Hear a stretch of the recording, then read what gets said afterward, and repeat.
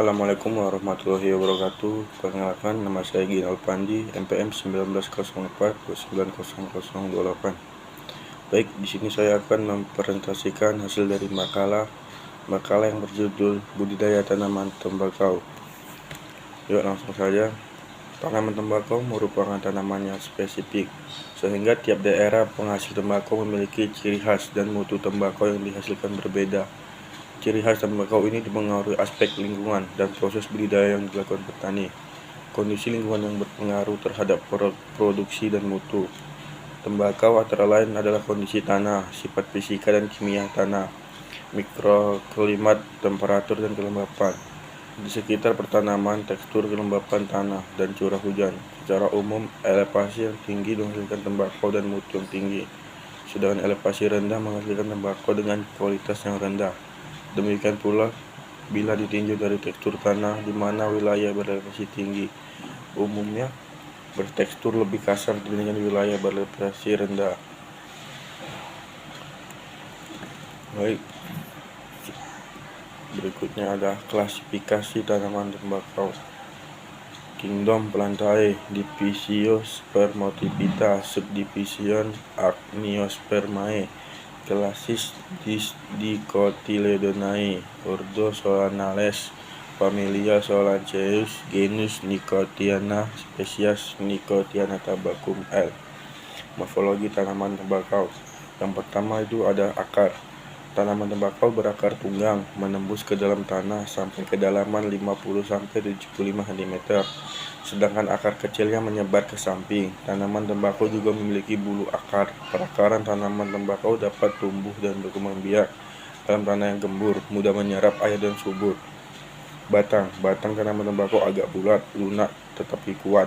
Makin ke ujung makin kecil. Luas batang mengalami penebalan yang ditumbuhi daun dan batang. Tanaman tidak bercabang atau sedikit bercabang. Pada setiap ruas batang selain ditumbuhi, daun juga tumbuh lunas ketiak dan daun diameter batang 5 cm. Daun. Bentuk daun tembakau adalah bulat lonjong, ujungnya meruncing, tulang daunnya menyirip, bagian tepi agak bergelombang dan licin. Daun bertangkai melekat pada batang. Kedudukan daun mendatar atau tegak, ukuran dan ketebalan tergantung varietasnya dan lingkungan tumbuhnya. Bunga tanaman tembakau merupakan bunga berjemuk yang terdiri dari beberapa tandan dan setiap tandan berisi sampai 15 bunga. Bunga berbentuk terompet, panjang, warna bunga merah jambu sampai merah tua bagian atasnya. Buah tembakau akan tumbuh setelah 3 minggu penyerbukan. Buah tembakau berbentuk lonjong dan berukuran kecil, berisi biji yang sangat ringan. Biji dapat digunakan untuk perkembangan tanaman. Syarat tumbuh tanaman tembakau. Pertama itu ada iklim. Tanaman tembakau tidak menghendaki iklim yang kering ataupun iklim yang sangat basah. Angin kencang yang sering melanda lokasi tanaman tembakau dapat merusak tanaman. Untuk tanaman tembakau dataran rendah, curah hujan rata-rata 2000 mm per tahun, sedangkan untuk tembakau dataran tinggi curah hujan rata-rata 1500 sampai 3500 mm per tahun. Untuk tanaman tembakau dataran rendah, curah hujan rata-rata 2000 mm per tahun.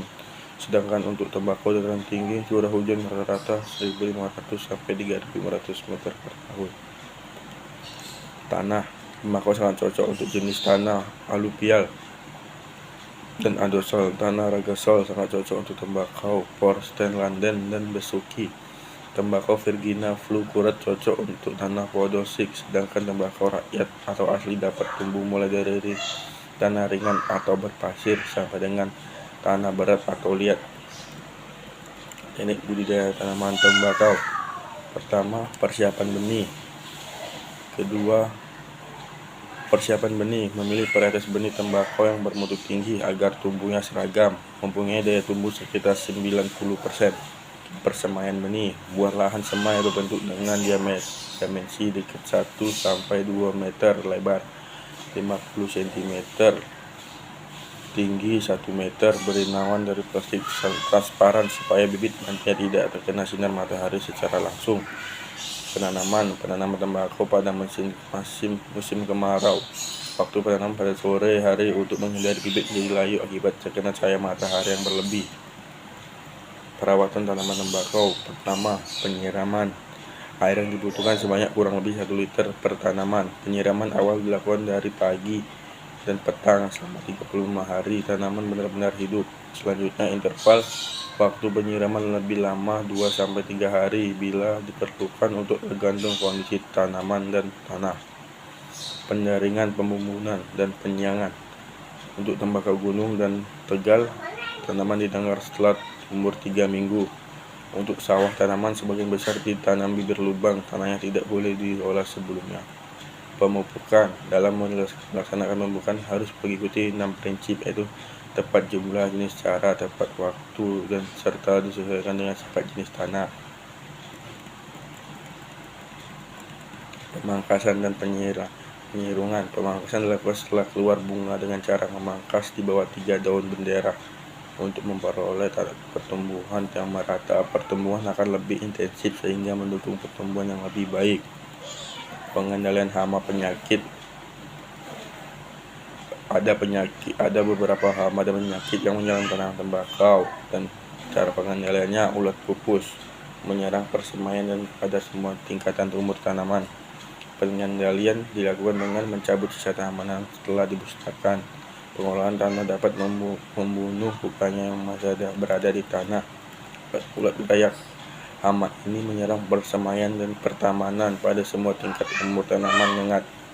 Cara pengendaliannya dengan dilakukan dengan secara mekanis, dapat mengambil telur yang diletakkan sekupunya, menggerombol di permukaan bawah, dan menggunakan selotip ulat menggeret batang. Hama ini menyerang persemaian dan pada tanaman dengan cara menggeret batang dan membentuk kantong di dalam batang dan gagang daun sehingga pertumbuhannya terhambat.